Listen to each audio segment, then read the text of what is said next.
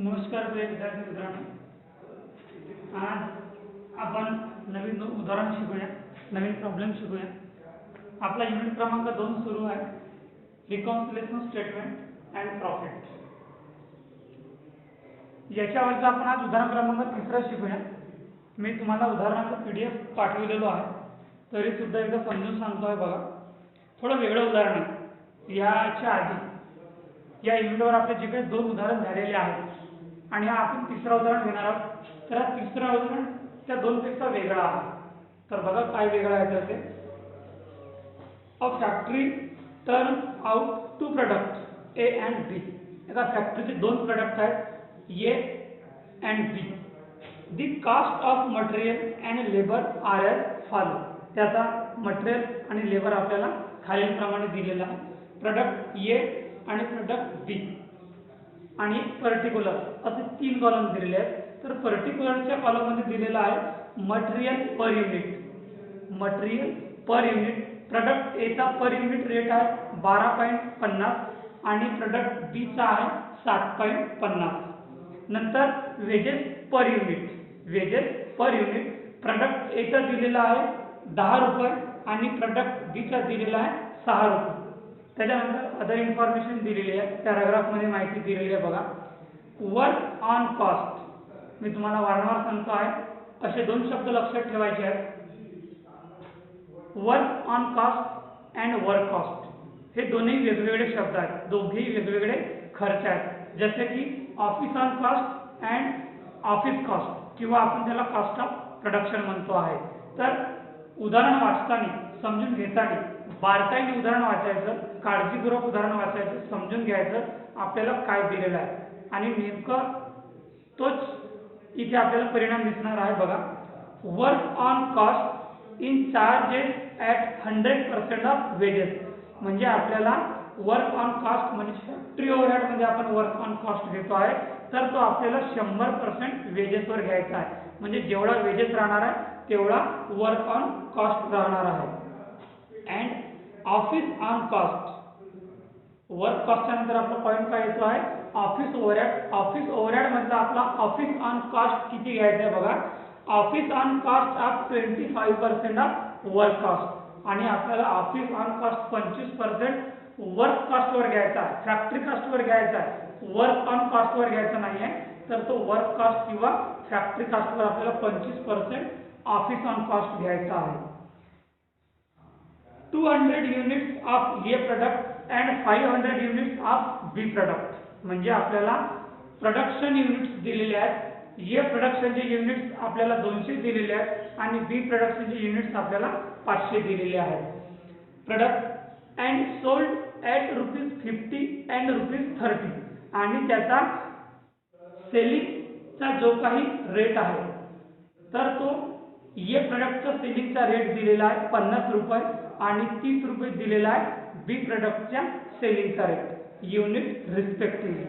नंतर शेवटचा तारा दिलेला आहे, if actually the work expenses amounted to ₹4,800 आणि जो वर्क एक्सपेन्सेसचा अमाउंट दिलेला आहे तो ॲक्च्युअली दिलेला आहे 4,800 आणि ऑफिस एक्सपेन्सेसचा खर्च दिलेला आहे 4,200। Reconciling the result show by the cost account and financial account आणि आपल्याला रिजल्ट आणि आपल्याला सॉल्युशन करायचं आहे रिकॉन्सिलेशन स्टेटमेंट। तर उदाहरण तुम्हाला समजून सांगितलं आहे, याचं कॅल्क्युलेशन आपल्याला त्याच पद्धतीने करायचं आहे ज्या पद्धतीने आपण याच्या आधी 2 उदाहरण कॅल्क्युलेशन केलेले आहेत। फक्त याच्यात आपल्याला प्रोडक्ट ए आणि प्रोडक्ट बी दिलं असल्या कारणाने आपल्याला कॉलम मात्र जास्त असावे लागतील, कारण ए प्रोडक्ट आणि बी प्रोडक्ट याचं कॅल्क्युलेशन तुम्हाला सेपरेट करायचं आहे, पण ते एकाच अकाउंट मध्ये यायला पाहिजे। असं 2 कॉस्ट शीट तयार करायचे नाही आहेत, नाहीतर तुम्हाला असं वाटेल की 2 प्रोडक्ट दिलेले आहेत, 2 कंपन्या दिलेल्या आहेत, तर आपल्याला 2 कॉस्ट शीट तयार करावं लागतील, असं नाही आहे। तुम्हाला 4ही प्रोडक्ट दिले असतील किंवा कितीही प्रोडक्ट का दिले असो ना, तुम्हाला मात्र कॉस्ट शीट एकच बनवायची आहे, मात्र कॉलमची संख्या ही जास्त वाढवावी लागेल। तर आधी आपण कॅल्क्युलेशन करूया कॉस्ट शीट. कॉस्ट शीट आता याच्यात आपल्याला ए प्रोडक्ट दिलेला आहे आणि बी प्रोडक्ट दिलेला आहे. तर आपल्याला याचे ए प्रोडक्टचे 2 कॉलम तयार करावे लागतील आणि बी प्रोडक्टचे 2 कॉलम तयार करावे लागतील. तो म्हणजे अमाउंटचा एक कॉलम आणि पर युनिटचा एक कॉलम आणि शेवटचा कॉलम आपल्याला तयार करावा लागेल टोटल. म्हणजे ए प्रोडक्टची आणि बी प्रोडक्टची दोघांची टोटल आपल्याला एकत्र आणावी लागेल.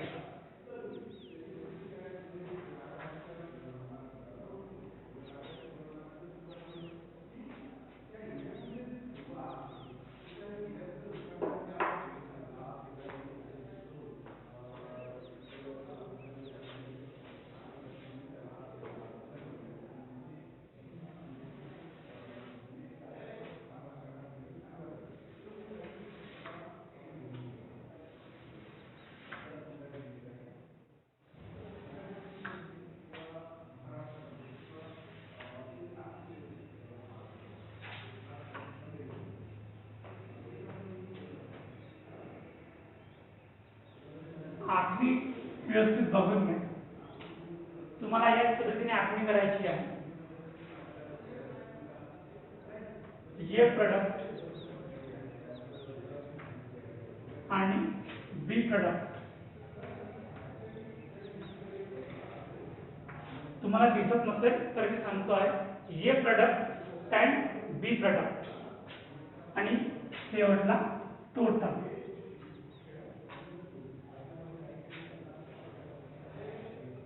Rupees and per unit. Rupees and per unit. A प्रोडक्टचे युनिट्स किती दिलेले आहेत 200 आणि बी प्रोडक्टचे युनिट्स किती दिलेले आहेत 500. तर इथे लिहायचं ए प्रोडक्ट 200 युनिट, बी प्रोडक्ट 500 युनिट आणि rupees per unit, rupees per unit आणि टोटल रुपीज. म्हणजे ए आणि बी ची टोटल शेवटीला येईल आणि इथे पर्टिक्युलर.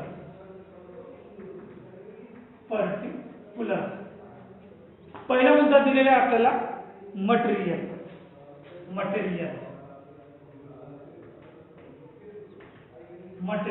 त्याचा ऑलरेडी आपल्याला रेट दिलेला आहे पर युनिटचा 12.50 ए चा दिलेला आहे आणि 7.50 बी चा दिलेला आहे. तर 12.50 ए चा आणि 7.50 बी चा. तर आपल्याला 200 गुणिला 12.5 आणि 500 गुणिला 7.5 किंवा 7.50 तर याचा आपल्याला अमाउंट मिळेल 200 गुणिला 12.5 तर 2500. रक्कम आहे याची 2500. आता त्याच पद्धतीने आपण बी प्रोडक्टचं कॅल्क्युलेशन करूया. 500 युनिट्स दिलेले आहेत तर 500 गुणिला 7.5 तर 3750. 3750 समजलं पहिला पॉइंट. ए प्रोडक्टचे आपल्याला 200 युनिट्स दिलेले आहेत आणि बी प्रोडक्टचे 500 युनिट्स दिलेले आहेत. आपल्याला मटेरियलचा रेट दिलेला आहे 12.50 आणि ए प्रोडक्टचा रेट मटेरियलचा दिलेला आहे 12.50 आणि बी प्रोडक्टचा मटेरियलचा रेट दिलेला आहे 7.50. म्हणजे 12.50 गुणिला 200 तर 2500 आणि 7.50 गुणिला 500 तर 3750. आता 2500 आणि 3750 ची टोटल करा किती येईल 3750. 3750 आणि 2500 तर 6250 टोटल मध्ये येईल. समजलं कशा प्रकारे आलेला आहे ते टोटल मध्ये. आता दिलेला आहे आपल्याला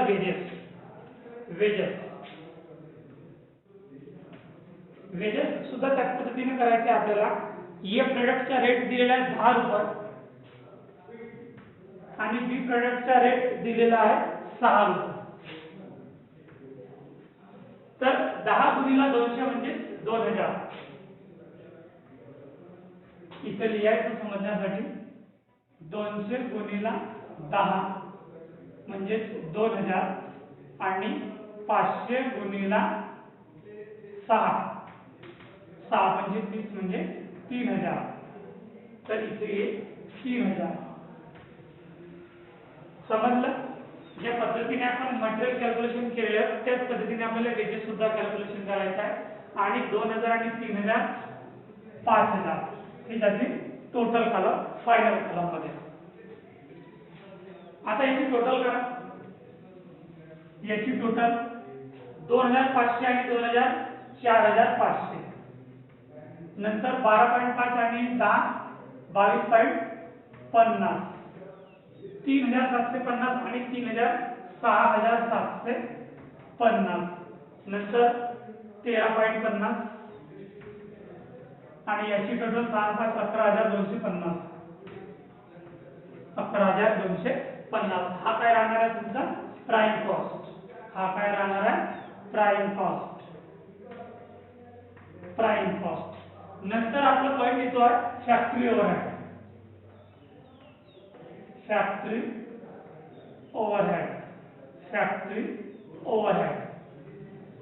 आता फॅक्टरी ओव्हरहेड संदर्भात बघा काय दिलेले आहे आपल्याला. Factory overhead work on cost in charges 100% of wedges. Work on cost. Work on cost 100% of wedges. 100% of wedges. आता वेजेस किती दिलेला आहे. ए प्रोडक्टचा 2000 दिलेला आहे आणि बी प्रोडक्टचा 3000 दिलेला आहे. तर याचे 100% आपल्याला वर्क ऑन कॉस्ट घ्यायचा आहे.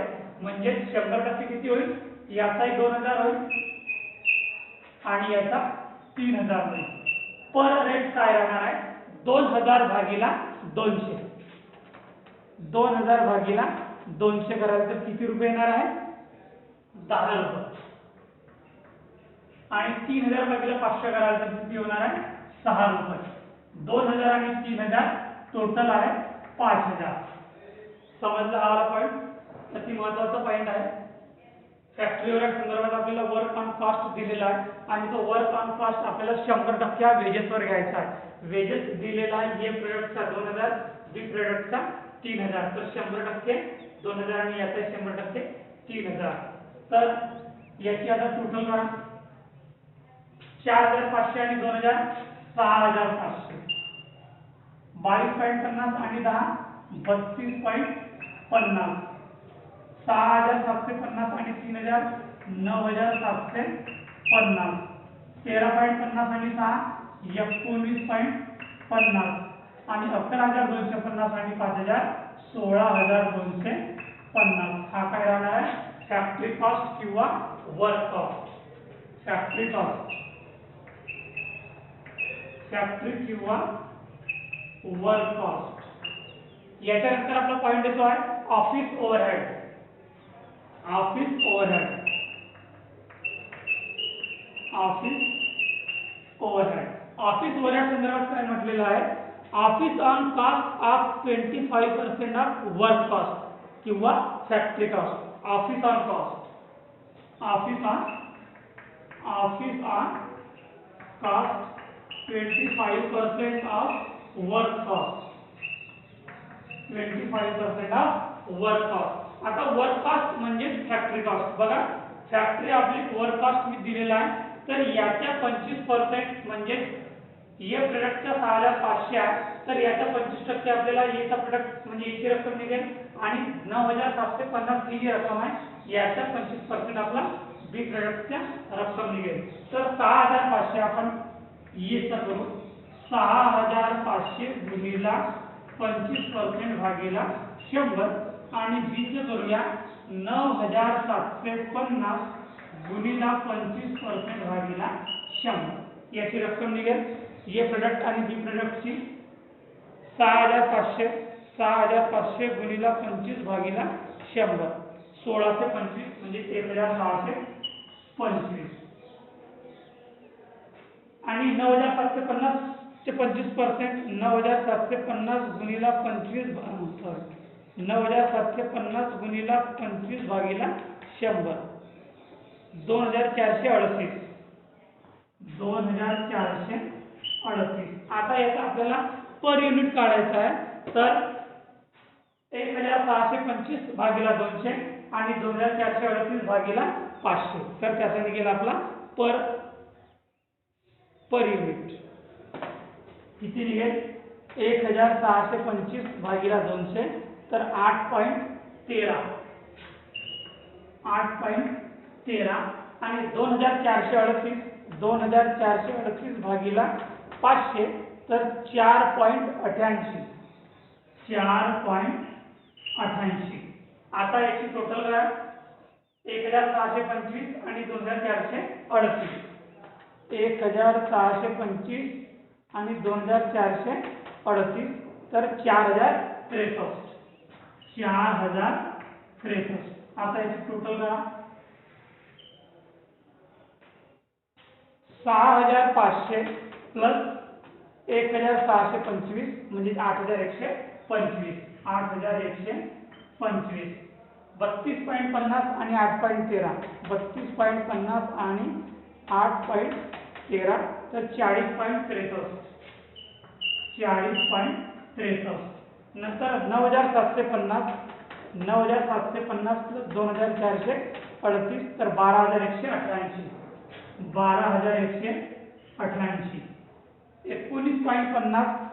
19.50 आणि 4.88 तर 24.38. आता 8125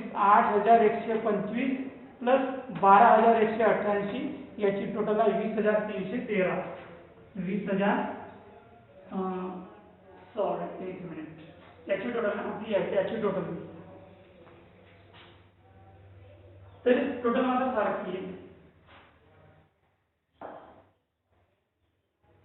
20313 तर 16250 प्लस 4063 20313 टोटल सारखी इकडली टोटल आणि इकडे आपण रॉची टोटल करतो आणि कॉलमची सुद्धा टोटल करतो. हा काय राहणार आपला cost of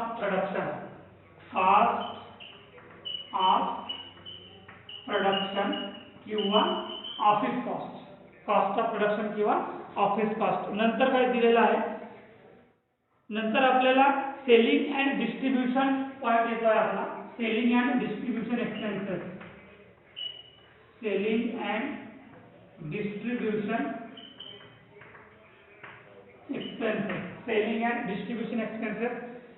and distribution expenses संदर्भात आपल्याला काहीच खर्च दिलेला नाही आहे. काहीच खर्च दिलेला नसल्यामुळे आपल्याला कॉलम काय राहणार आहे निरंतर राहणार आहे नील राहणार आहे. आता याची टोटल करूया 8125 40.63 12188 24.38 आणि 20313. आता हाच काय राहणार आपला टोटल कॉस्ट. जरी माहिती दिलेली नसली पण मात्र पॉइंट लिहायचं. मी याच्या आधीचे उदाहरणात अशा प्रकारे सॉल्युशन केलेले आहे. शॉर्टकट मध्ये कोणतंही उदाहरण सॉल्व्ह नाही करायचं त्याला डिटेल लिहायचं कारण पेपर तपासणाऱ्यांना कळलं पाहिजे की पेपर कशा प्रकारे लिहिलेला आहे. शॉर्टकट लिहाल तर ते फक्त तुम्हाला समजेल पेपर तपासणाऱ्यांना समजणार नाही आणि तुमचे मार्क्स कमी मिळतील म्हणून डिटेल लिहायचं. आता या उदाहरणात सेलिंग अँड डिस्ट्रीब्यूशन संदर्भात काहीच खर्च दिलेला नाही तर आपण पॉइंट तर लिहिलं पण रक्कम मात्र नील लिहिली आहे डॅश दिलेला आहे. तशाच प्रकारे लिहायचं किंवा नील लिहायचं किंवा झिरो लिहायचं आणि त्याची टोटल फायनल केली आहे टोटल कॉस्ट. आता राहणार आपला प्रॉफिट संदर्भात काही दिलेलं आहे का आपल्याला उदाहरण वाचलं तर आपल्याला प्रॉफिट संदर्भात काही दिलेलं नाही आहे पण सेल्स मात्र दिलेलं आहे. तर प्रॉफिटच्या नंतर येणार आहे सेल्स तुम्हाला दिलेला आहे पहिल्या पॅरामध्ये शेवटची लाईन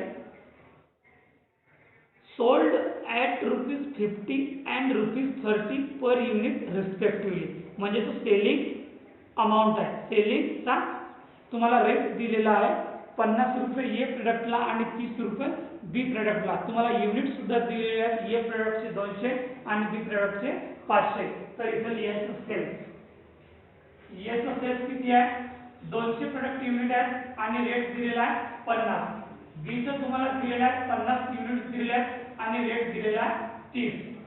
तर अशा प्रकारे तुमचं सेल्स कॅल्क्युलेशन होईल बघा 200 गुणिला 50 10,000 सेल्स किती राहणार आहे याचा 10,000 आणि 500 गुणिला 3 15,000 500 गुणिला 30 15,000 तर याचा सेल्स निघालेला आहे 15,000. आता आपल्याला त्याचा रेट ऑलरेडी दिलेला आहे.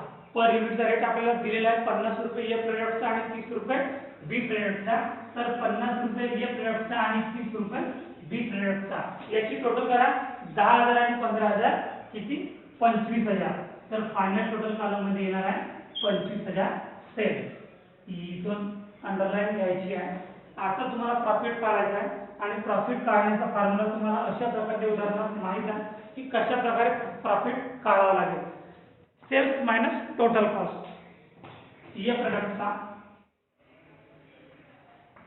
Cells minus total cost. याचा सेल्स किती दिलेला आहे 10,000. टोटल कॉस्ट किती आहे 8,125 आणि बी प्रोडक्टचा सेल्स किती दिलेला आहे 15,000 आणि टोटल कॉस्ट आहे 12,188. आता याच्यामधून तुम्ही मायनस करा. हे प्रोडक्टचा बघा profit sales minus total cost. हे प्रोडक्टचा आहे सेल्स 10,000. 10,000 मधून तुम्हाला टोटल कॉस्ट मायनस करायचा आहे 8,125. तर शिल्लक किती उरेल 10,000 मायनस 8,125 तर 1,875 रुपये 1,875. तशाच प्रकारे बी प्रोडक्ट सुद्धा कॅल्क्युलेशन करा. 15,000 सेल्स आहे आणि टोटल कॉस्ट आहे 12,188. तर 15,000 मधून 12,188 मायनस करा. 15,000 मायनस 12,188 तर 2,812 रुपये 2,812 रुपये. आता तुम्हाला पर युनिटचा रेट सुद्धा काढायचा आहे. तर सेल्स मधून टोटल कॉस्ट मायनस करा. 50 मधून 40.63 मायनस करा. 40.63 तर 9.37 9.37. त्याच पद्धतीने 30 मधून 24.38 मायनस करा. 24.38 तर 5.62 5.62. 25,000 मधून 20,000 किंवा 1,875 प्लस 2,812 याची बेरीज करा.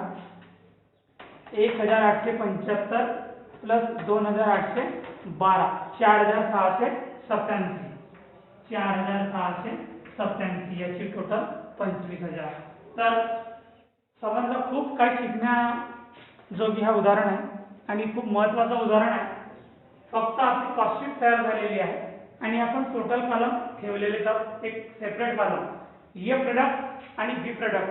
आपल्याला जर 2 प्रोडक्ट किंवा 3 प्रोडक्ट दिले असतील तर त्याच्या 2 किंवा 3 कॉस्टशीट तयार करायच्या नाही. एकच कॉस्टशीटवर आखणी करायची. सेपरेटली लिहायचं ए प्रोडक्टची डिटेल आणि बी प्रोडक्टची डिटेल आणि शेवटीला टोटल रक्कम टोटल अमाउंट. तर हा झाला आपला cost sheet.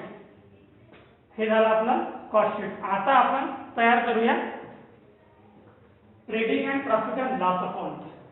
Trading and profit and loss account. Trading and profit and loss account. Trading and profit and loss account.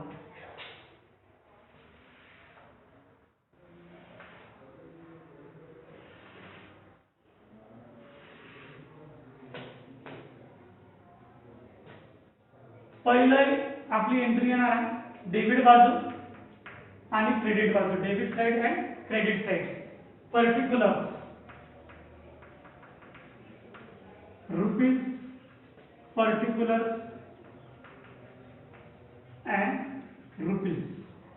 पहिला एंट्री येणार आहे टू मटेरियल.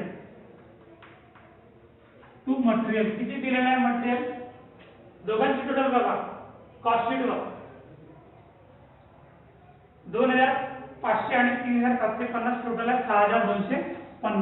6,250 मटेरियल नंतर टू वेजेस.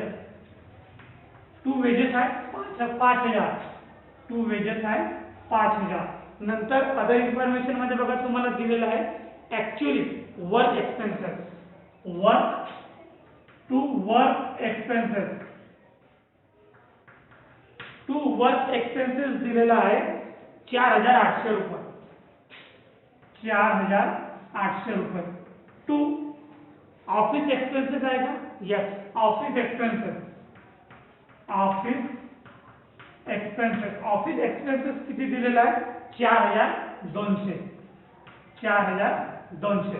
सर्व एंट्री आपल्या इथे झालेल्या आहेत. क्रेडिट बाजूला शेवटची कलम येणार आहे bye cells on cost account. म्हणजे कॉस्ट शीटवर जो सेल्स राहणार आहे तो प्रॉफिट अँड लॉस अकाउंटवर सेल्स जाणार आहे. सेल्सची टोटल दिलेली आहे 25,000, म्हणून सेल्स 25,000. आता दोन्ही बाजूकडे टोटल करा. रफवर टोटल करायची. टोटल कुणाकडची जास्त आहे कुणाकडली कमी आहे ते बघा. क्रेडिट बाजूची टोटल ऑलरेडी 25,000 दिसत आहे. तर डेबिट बाजूची टोटल करा किती आहे? 6,250 प्लस 5,000 प्लस 4,800 आणि 6,250 प्लस 5,000 प्लस 4,800 आणि 4,200. 20,250 ही टोटल डेबिट बाजूची आहे आणि 25,000 टोटल क्रेडिट बाजूची आहे. तर जास्त रक्कम 25,000 इथे टोटल लिहून टाकायची. 25,000 आणि 25,000 या अकाउंटला इथे संपवायचं. आता डेबिट बाजूची टोटल कमी आहे, क्रेडिट बाजूची टोटल जास्त आहे. तर काय राहणार आहे? To net profit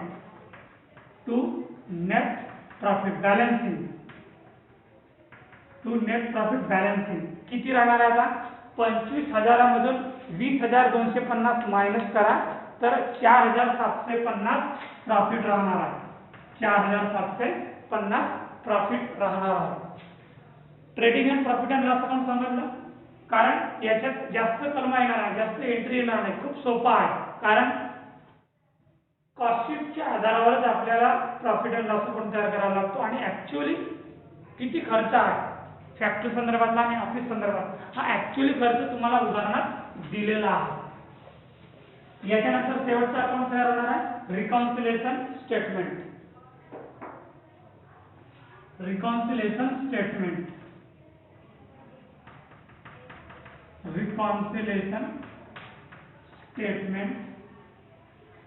and profit. Reconciliation statement and profit. पहिली एंट्री येणार आहे profit on cost account. Profit on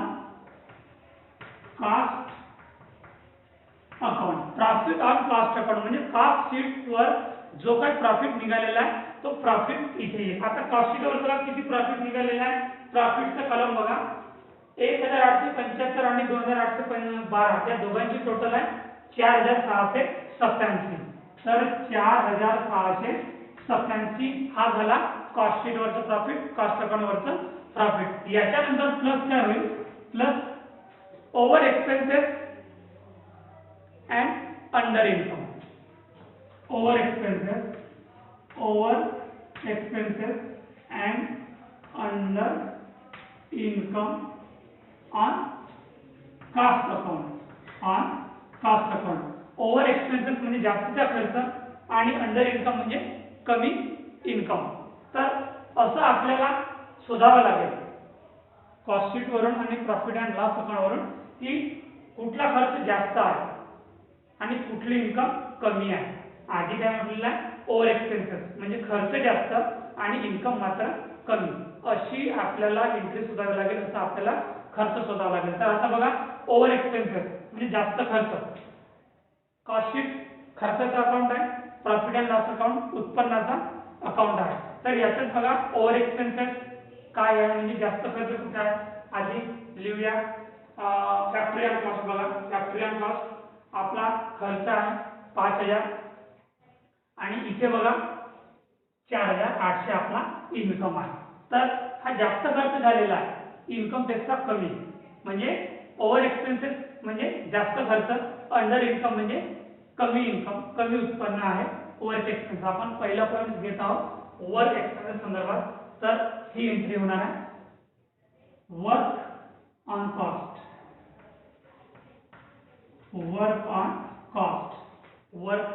cost in cost account असं लिहायचं, इन कास्ट अकाउंट. कास्ट अकाउंटवर वर्क ऑन कॉस्ट किती आहे? 5000. आणि in financial account, in financial account म्हणजे profit and loss account. In cost account वर आपला वर्क ऑन कॉस्ट काय? 5000. फायनान्शियल अकाउंट म्हणजे trading and profit and loss account, याच्यावर आपला वर्क ऑन कॉस्ट किती दिलेला आहे? 4800. 4800. तर 5000 मधून तुम्ही 4800 मायनस करा तर किती उरतील? 200 रुपये. 200 रुपये उरतील. तर 4687 प्लस 200 म्हणजे 4887. 4887. समजलं? आपल्याला पहिल्या पॉइंट्स मध्ये over expenses and under income म्हणजे जास्त खर्चाची आणि कमी इन्कमचे आपल्याला विचार करावा लागेल, अशी आपल्याला एंट्री शोधावी लागेल. मग तो ऑफिस ऑन कॉस्ट का असणार. पण या उदाहरणात वर्क ऑन कॉस्टची एंट्री अशी दिलेली आहे की तिचा खर्च जास्त आहे आणि इन्कम मात्र कमी आहे. आता नंतर मायनस होईल अंडर एक्सपेन्सेस.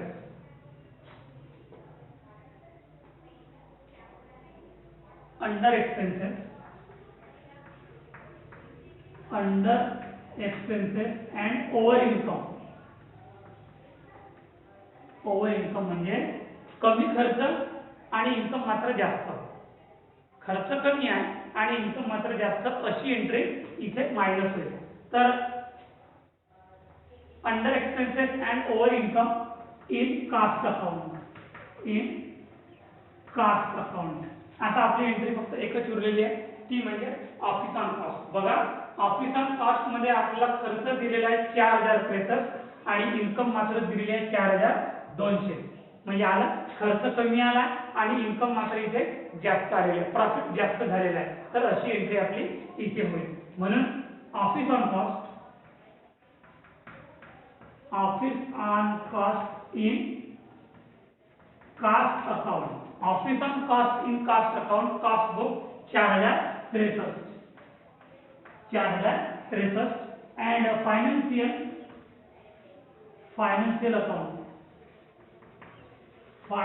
अकाउंट किती आहे?